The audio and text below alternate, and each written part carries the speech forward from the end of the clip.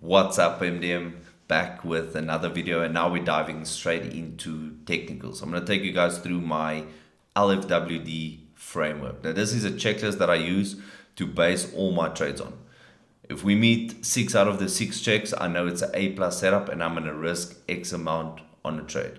If we might not have all 6 of them, or I'm unsure and not as confident, I would lower my risk, still take the trade and just ride it out, right?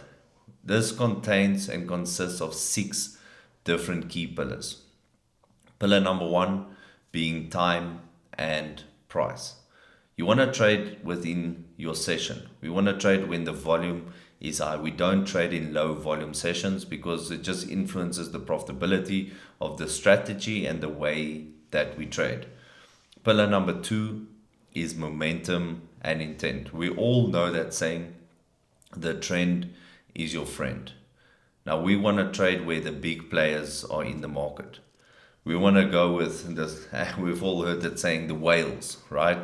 We want to move where the big money moves. We want to move where the pressure and the buying power or selling power is present. Pillar number 3, liquidity.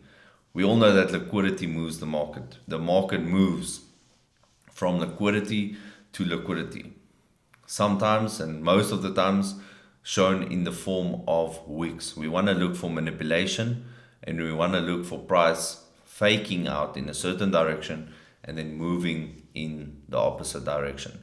These are key clues that the market leaves us that we can use to our advantage to base our decisions on taking trades. Pillar number 4 is market structure. We want to understand the structure and the market that we are in.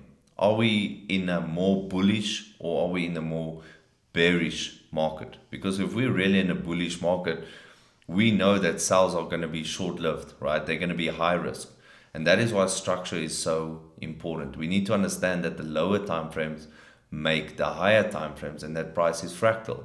So you need to understand how to learn and read structure on the lower time frame and imply that and apply it to the higher time frames to understand what the bigger picture is actually trying to tell us. Pillar number 5 is supply and demand. We want to look where the buyers and the sellers are present, and we want to actually see these levels hold. We want to see these levels respected, and that's why we came up with pillar number 6, the SMC with a twist, the continuation pattern. We want to see continuation. I like to refer to this pattern as the slingshot. And once this forms, we know that we are now looking to take a trade, get into the market, and make our money. Thank you so much for watching, guys. I'll see you guys in the next video where we're going to now break down and go straight to the charts. Be blessed.